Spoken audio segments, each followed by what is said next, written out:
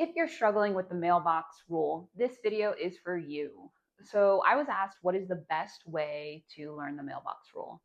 And I remember when I was studying for the bar exam, it was a super confusing concept for me, and it had to do with the amount of rules and scenarios you had to memorize. And so what I came up with was a way to remember it by simply remembering the words mailbox and rule. So all of my answers are hidden within those words. So we have mailbox, and I'm looking to the A in mailbox and I'm dropping that down. So that tells me acceptance. And then I'm looking at the B in mailbox. I am dropping that down and I am flipping it around. Think of sort of dyslexia, right?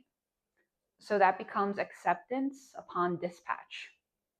With my scrap paper, I am writing it down on the side, A plus D, and then you just know that's, acceptance on dispatch. Now we're going back up to take a look at the B because that is important.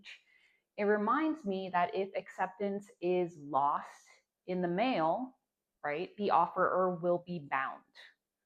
So that is important. The next thing I look to is the O in mailbox. And what are we talking about? We're talking about the offerer's offer. And then we have the word rule. I'm looking at that R. So offerer's offer is effective upon receipt. So again, I'm just writing this down on my scrap paper and I'm keeping that nice and organized. And then I have an R and an R, and they're connected to one another.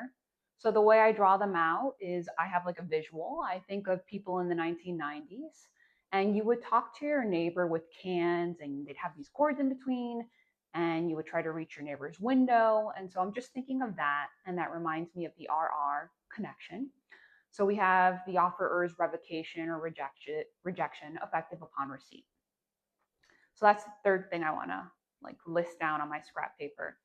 And then I'm circling the AOR. So that is important for me. Then I'm looking to mailbox again, and there's an X. And what is the X reminding me of? Well, there's going to be some exceptions. And if I look to the letter before the X, it's the letter O. So that reminds me, okay, my first exception is going to involve option contracts. And then with my scrap paper where I've written all this stuff, all these letters, I'm looking at that first column. And what does it tell me? It's actually telling me the approach for option contracts.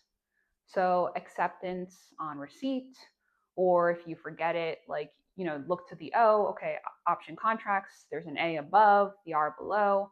So this is the approach. And then the second exception to keep in mind is, if the offeree, right, they're mailing a rejection, they change their mind, then they're mailing an acceptance. Just remember that, there's an exception for this, and it will be whichever one the offerer receives first. So I hope this video helped you out, and I hope you hit the like button, and also be sure to check out our website, Ameribrights.com.